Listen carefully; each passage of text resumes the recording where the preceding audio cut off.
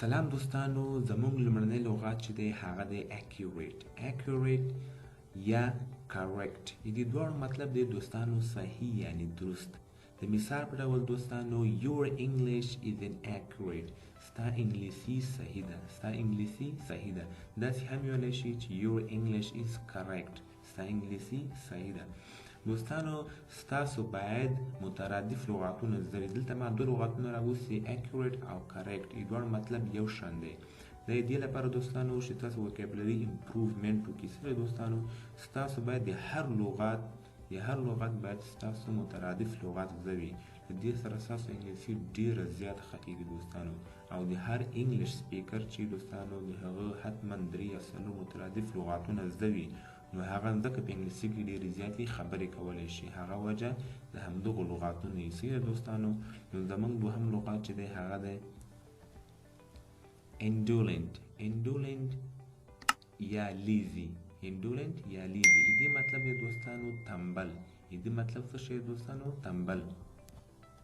د مثال په ډول دوستانو we have few indolent students. مونږ کم تنبل شاګردان لرو. indolent ویل کېږي دوستانو تنبل انسان ته چې په درسونو کې ډېر تنبل وي، درسونه ډېر نه وایي، هغه انسان ته مونږ چې وایو indolent ویل کېږي. صحیح دوستانو یا لیزي. داسې هم ویلی شي چې we have few lazy students. مونږ ډېر کم تنبل شاګردان لرو. صحیح ده دوستانو.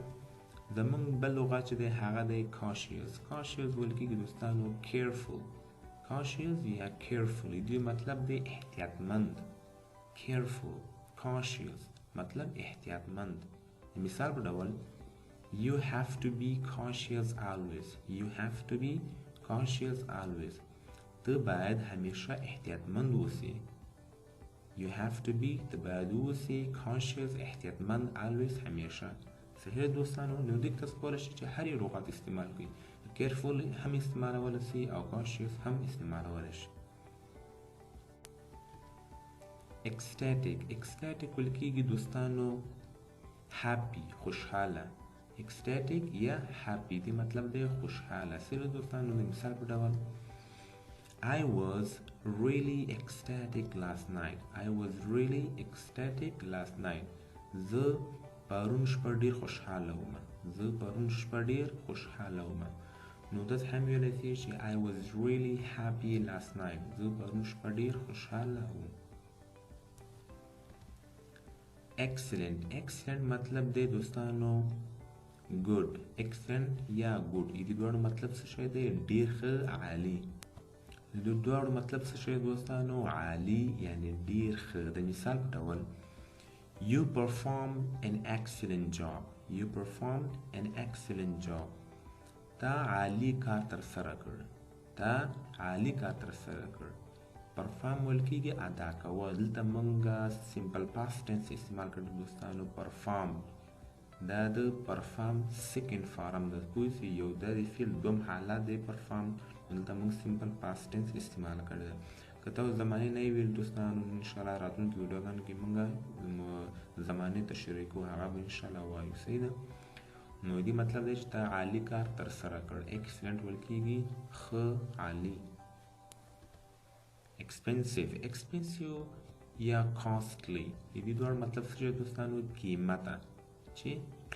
د مثال په ډول I bought ما واخیسته an expensive laptop. ما یو قیمته لیپټاپ واخیسته. نو bought چې ده هغه د buy second فارم ده. صحیح دوستانو.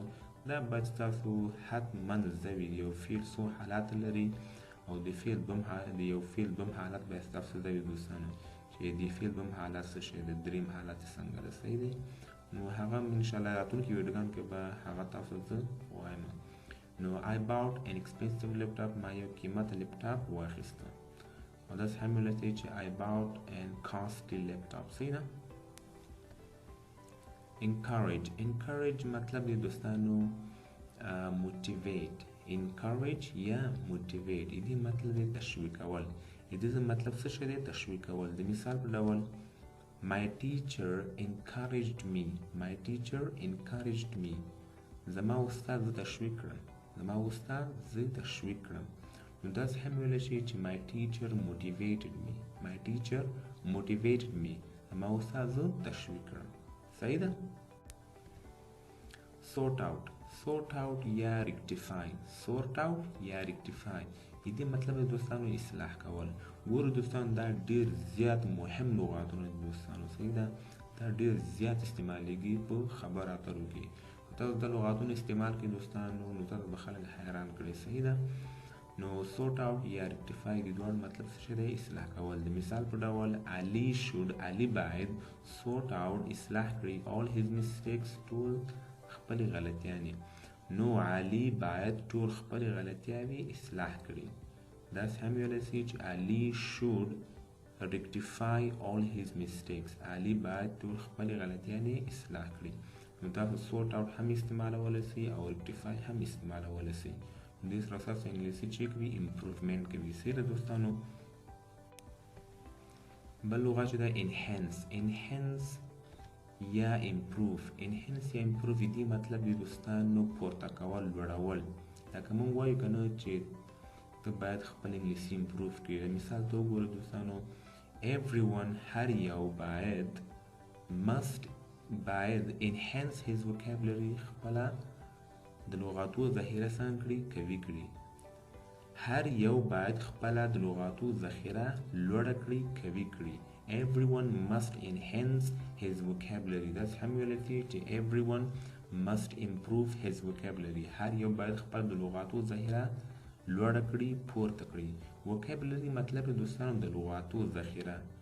ستاسو د لغاتو ذخیره ته چې ویل کېږي vocabulary ویل کېږي. صحیح ده دوستانو؟ دې مطلب دا دی.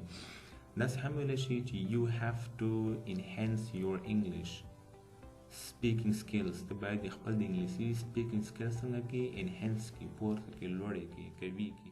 دا مطلب دی. صحیح دوستانو؟